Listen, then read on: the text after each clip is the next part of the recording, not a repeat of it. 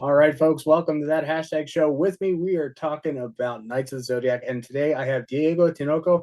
Thank you so much, Diego, for taking time out and chatting with us. Absolutely. Thank you for having me, my friend. Thank you for having me.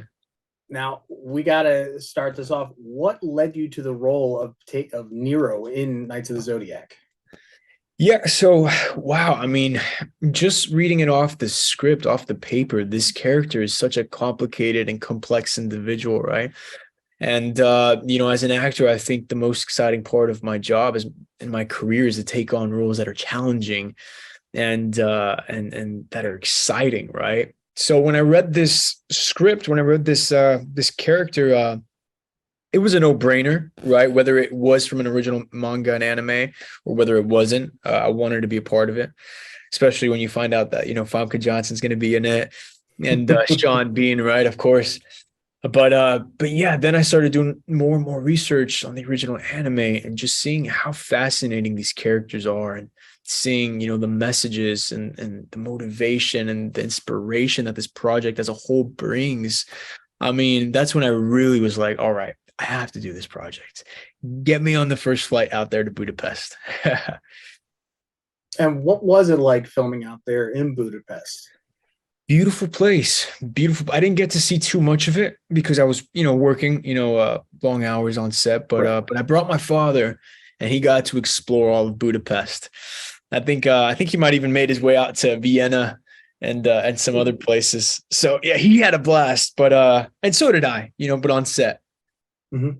Now, you said when you were doing your homework, you saw that there were the decades that led up to everything with Saint Seiya and Knights of the Zodiac. The source material. Why do you think now is such a perfect time for this live action adaptation? I think it's always a perfect time to tell such a powerful story, right? I think now we do have some technology and CGI and equipment that helps better tell the story, right? And but like I said, it's always a good time to tell a powerful story. And the message behind this story is, destiny isn't written in stone.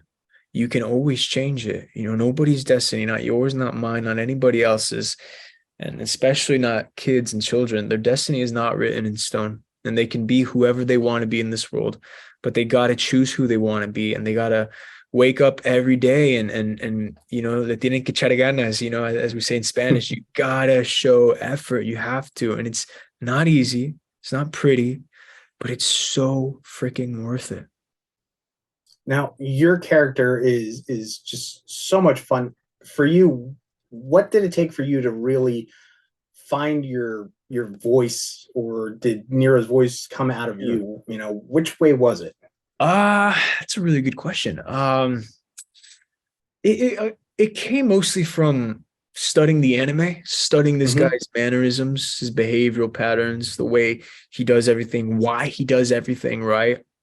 So a lot of that came from just doing my homework and really studying his past. If you watch the original anime, Mm-hmm. he has such a traumatic past. He's training on this island. He watches the love of his life get murdered. Esmeralda gets separated from his young brother at such a young age. Like it's a devastating story, and those two scenarios alone are like enough to make anybody on planet Earth a villain, right?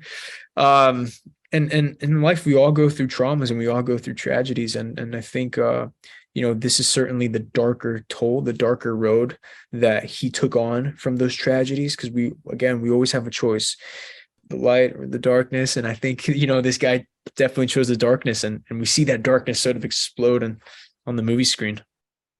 Yeah, you said it yourself. You've had such various, varying roles. You can definitely see your acting chops really come out in this character, and the subtle little eye Yeah. glances, the facial mannerisms, and just Yeah. when you control the scene, you are controlling the scene. I really appreciate those. Those are very kind words. Thank you, my friend. Thank you.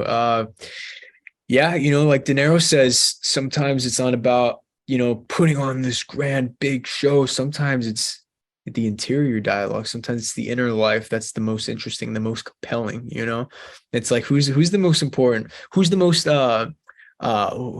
intriguing person? The guy with the poker face who you never know what's going on, or the person who you can read like a book. They're both very interesting, but different, I guess, different times and scenarios and genres. But no, I had a lot of fun doing this character. A lot of fun.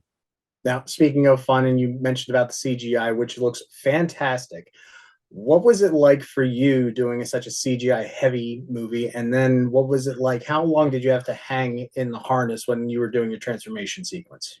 For a while, yeah, for a while, we had to hang in there for a while, and it kind of hurt, the wires. After a while, you're just kind of like, hey, can I come down for a sip of water?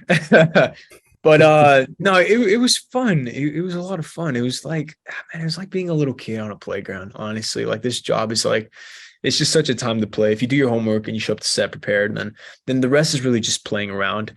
But it was my first time working with green screen, and at first I was kind of scared. I was kind of nervous, but we had such an incredible team. Tomek, coming from The Witcher, Andy Chang coming from Marvel, Famke, Sean Bean, all these, legends. So just being on set around them, it kind of like it's kind of just contagious, right? This professionalism and this work ethic and this love that they have for movies, for movie making as a whole. And I certainly walked away from that project with a lot of love for and respect for what I do, right?